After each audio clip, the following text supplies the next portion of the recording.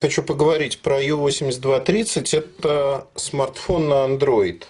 Смартфон от Мегафона в России, но это Huawei. Huawei U8230. Есть моделька младше 8110. Тут есть 3G, тут его нету, насколько я помню. Аппарат достаточно большой. Для сравнения, наверное, стоит взять HTC Desire и вот сложить. Но при этом эта модель бюджетная. Надо понимать, что мы говорим о бюджетном аппарате.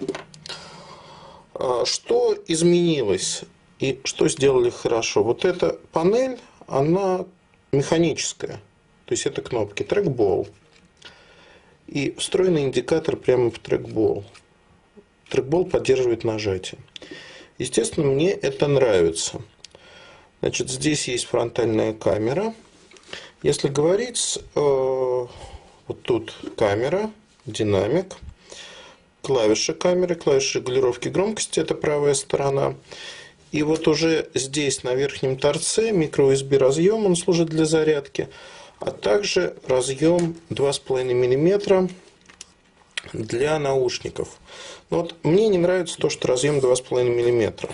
Наушники, кстати, выглядят вот так, они достаточно простенькие. Заглушка тоже, в общем-то, простенькая. Клавиша включения, клавиша microSD карточки, слот. Он находится на боковой стороне. Раскрыть аппарат достаточно легко. Вот крышечка. При этом батарейка вынимается также без всяких проблем. И можем установить на 8230 в России только мегафоновскую карточку. С другими он просто работать не будет. Батарейка у нас 1500 мА. Вот тут это написано, собственно говоря. Ставим ее и включаем аппарат. Аппарат достаточно удобный по размеру, большой. Забрендирован под Мегафон. И тут есть ряд фишек, характерных для Мегафона. Я просто хочу вам показать скорость загрузки. Экран 3,5 дюйма. 3,5 дюйма достаточно большой размер экрана, присущий, в общем-то, топовым моделям. Но при этом разрешение всего лишь 320 на 480 точек. Говорить о том, что это максимальное разрешение экрана, язык не поворачивается. Но экран неплох для бюджетного решения. В России оно стоит 13 тысяч рублей от Мегафона. А в сети Life на Украине значительно дешевле. И там он при этом не заблокирован под сеть. У нас заблокирован под Мегафон. Но, правда, Мегафон дает 10% скидку на GPRS Edge трафик, а также все голосовые звонки в домашнем регионе. Вот он запускается. Собственно говоря, так и хочется потянуть время. Запустился аппарат.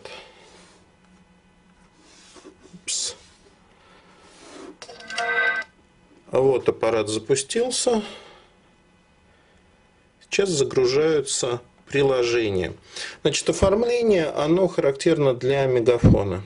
То есть это зеленая трава и услуга зеленая трава.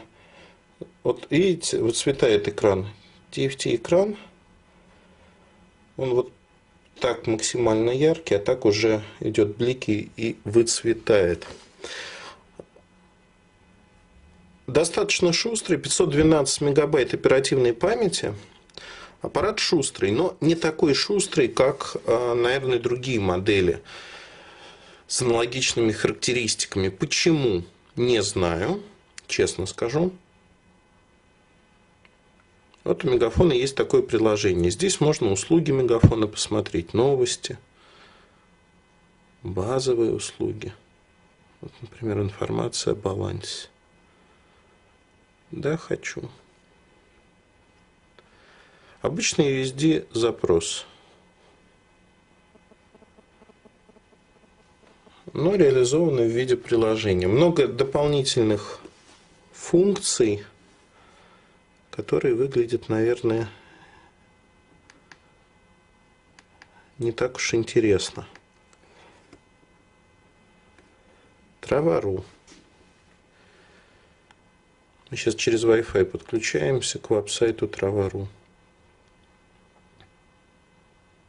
Я не знаю, вам надо рассказывать, что это такое? Это всякие контент вещи, игры, тому подобные, картинки, мелодии и тому подобные штуки. Значит, есть MP3 магазин у Мегафона. Можно покупать игрушки, мелодии можно покупать, безусловно. Замени гудок. Вот это все вынесено по умолчанию на главный экран. И для оператора модель этим хороша. То есть тут есть мобильный портал, сервис-гид и тому подобные вещи. Ну, давайте Москву выберем.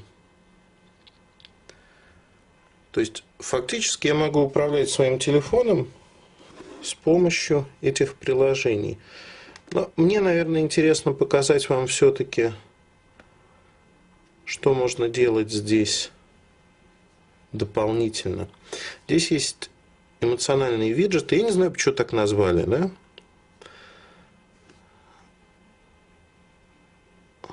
Вот, например, вот такой эмоциональный виджет. Почему он эмоциональный? Не знаю, не спрашивайте.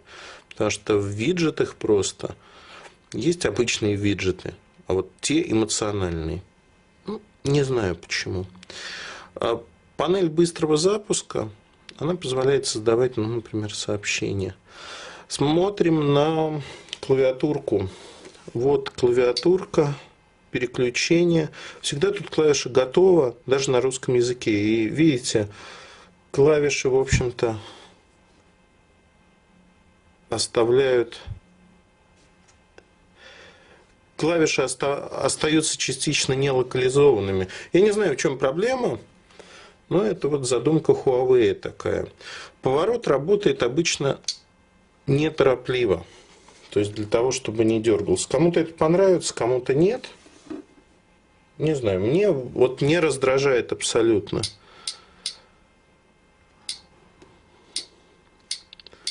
Можно, кстати, отключить. Не во время набора. Вот я отключил. Достаточно удобно печатать одной рукой. То есть проблем никаких не возникает.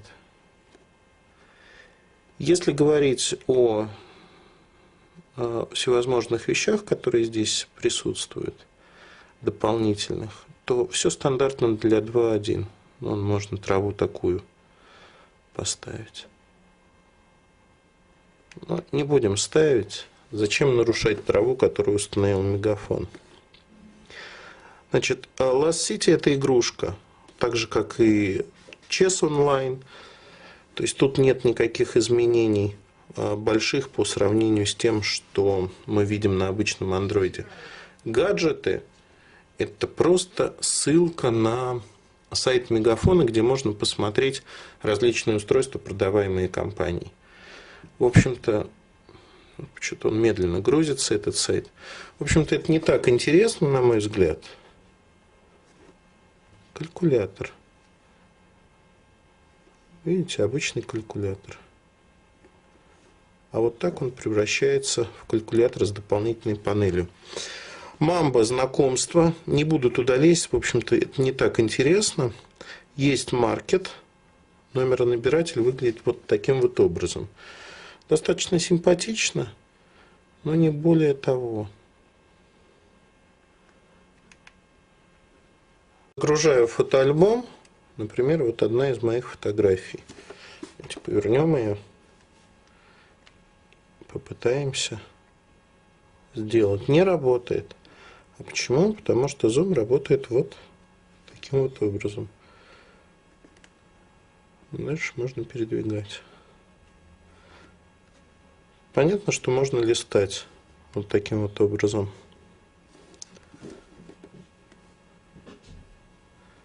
При этом обновляются картинки с задержкой. Посмотрим настройки о телефоне. Версия 2.1.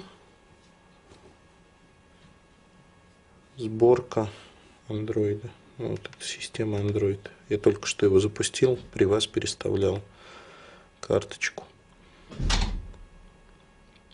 То есть фактически мы говорим, Service Search — это еще одна функция, кстати говоря, поиска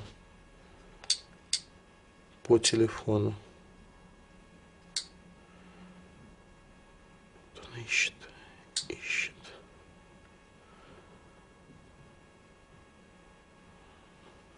Ищет через Google Му в сети. Ну, могу сказать одно.